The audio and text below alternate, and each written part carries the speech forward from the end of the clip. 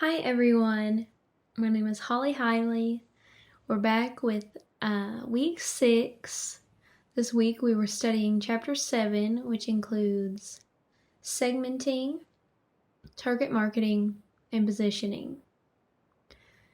This week's case featured Amex, and we'll jump right into our first question.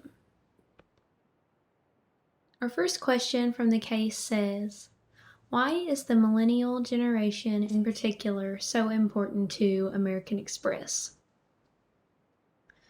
First, one reason why this generation is so important is because millennials are the largest generational group in America, according to social media today. So, in essence, just the size of this group is incredible. Another reason that millennials are so important to American Express is because they have $1.4 trillion in buying power in millennials globally. So, of course, American Express and other credit card companies hope to capture even a small portion of this power. So, in essence, the segment size and the expected growth of buying power in this millennial generation make it so desirable for companies like American Express. And these credit card companies hope that capturing even a small portion can yield them some business and revenue. The second question says that this case focuses primarily on the battle between Chase and American Express over millennial consumers. Looking at generalized groups and their representative values, where would you suggest American Express focus its marketing efforts and why? So, we know that target marketing is helpful in determining which market segments a company should invest in developing. For instance, American Express should evaluate which target market they should focus their efforts on. So we know from a research done by Rachel Catiro that the average millennial salary is over $47,000.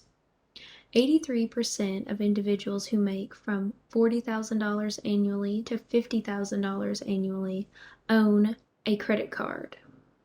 So, some more information we need to consider is that millennials, on average, own more than 3 credit cards. And they utilize these cards primarily for convenience and rewards, but over 30% of these millennials depend on their credit card for daily purchases.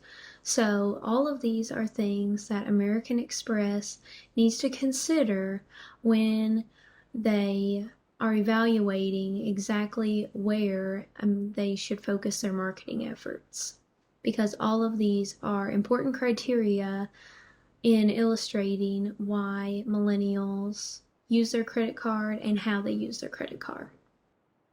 And lastly, the third question in the case says, as noted in the chapter, an external positioning statement is not just about being able to describe how your product benefits the customer. It also needs to explain how your product is different from the competition.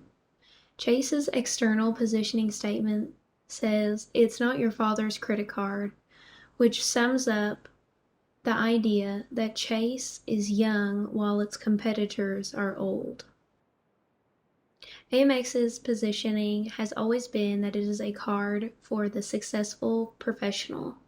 What would happen if American Express changed that positioning? So, American Express positions itself using a premium positioning strategy that offers high-end benefits to consumers, including discounts to other companies and businesses, and also entry into different clubs. A risk associated with repositioning American Express is the loss of their loyal customers, because focusing on new customers typically is paired with, unfortunately, the ignoring of the needs of current customers.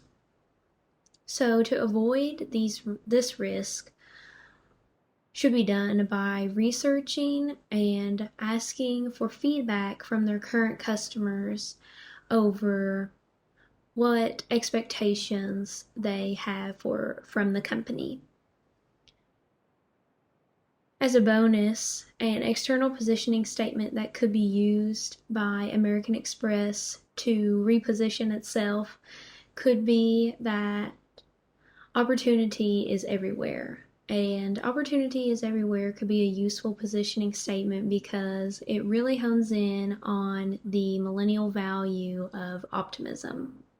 And that's all for this week. Thank you so much. I'm looking forward to your questions.